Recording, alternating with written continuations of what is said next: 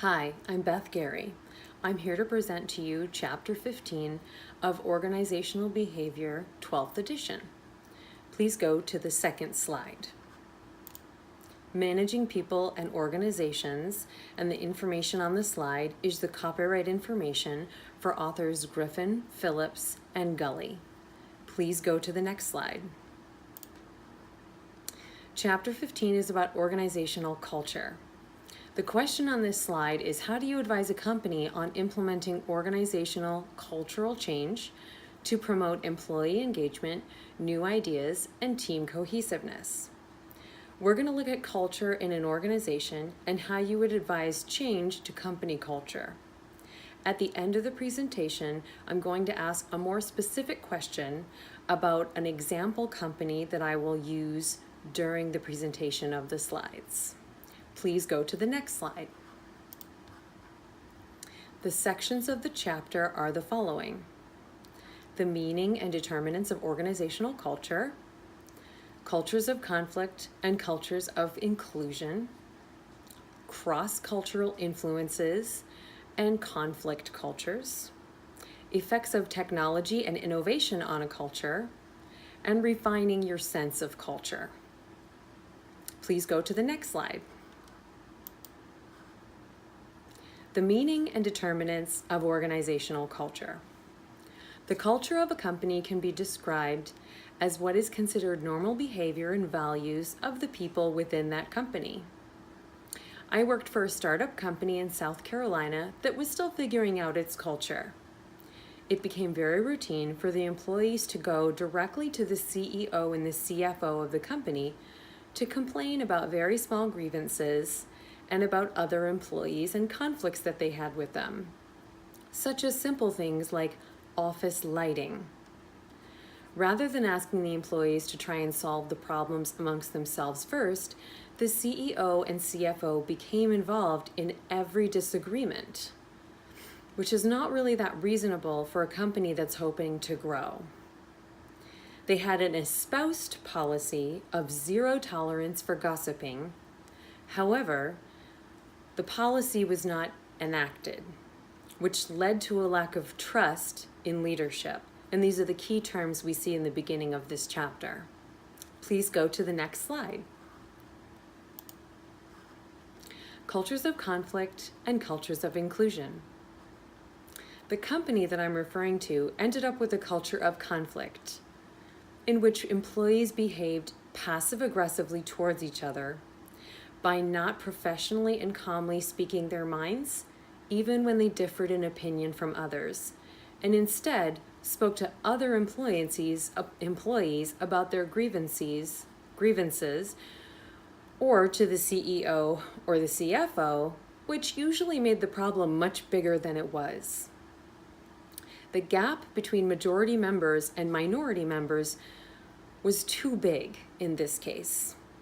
Please go to the next slide.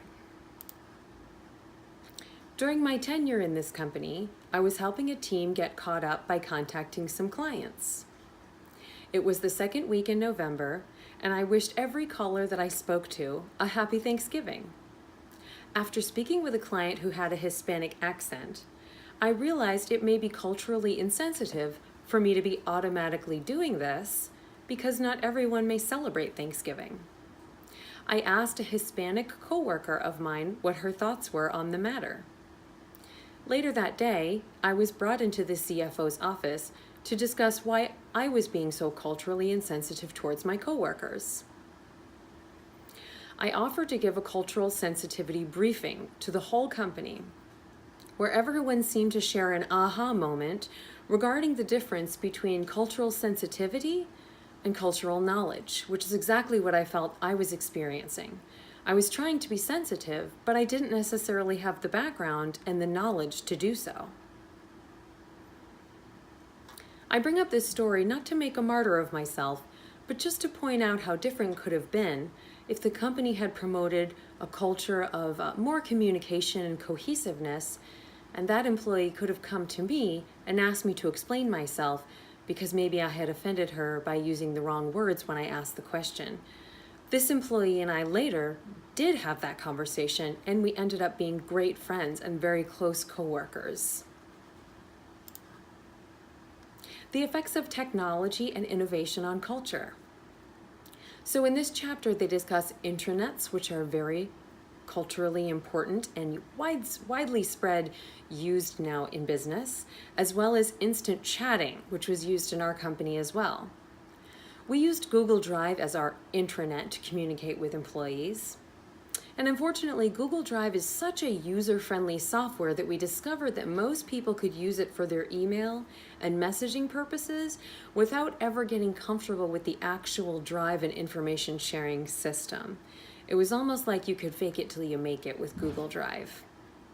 Every employee had to be shown over and over again how to look up information like health insurance documents, rather than being shown one time and then comfortable with where to find them. Other companies I worked for, bigger companies, had traditional intranet that functioned like a website, which seemed to be more effective. Employees were able to access announcements, policies, handbooks, classified postings, and even cafeteria menus. Please go to the next slide. Refining your sense of culture. In this chapter, Nodder lists out a phase of change, and I've put that on the slide for you to read. But I'm going to talk about it while you read it. Any company is able to change its culture, and I'm a firm believer that the tone is set with the top level of management, in this case the CFO and the CEO, and then trickles down through the employees. If the CEO and the CFO could achieve the transparency that they were after, while being a little less available to their employees to solve every problem like a mom and a dad, they'd be able to have that sense of urgency that they need to establish a coalition of second-level management that could help lead the charge and spread their shared vision and encourage more positivity and reward for results on work and productivity. This would empower the employees and the company to focus on short-term wins rather than long-term problems or what became long-term problems from this system of people kind of circling around each other. A community of employees could build on this and move forward, feeling the company is grounded and they could anchor themselves into the solid foundation led by the senior management. Please go to the next slide. Now in the summary, we have a summary of the chapter, and then the question to my classmates is, what would your recommendation have been to this company to improve its culture for the existing 40 employees? When you're answering the question, keep in mind that over the next few years, the company doubled in size and was grossing over $10 million. Thank you for watching my presentation and have a good day.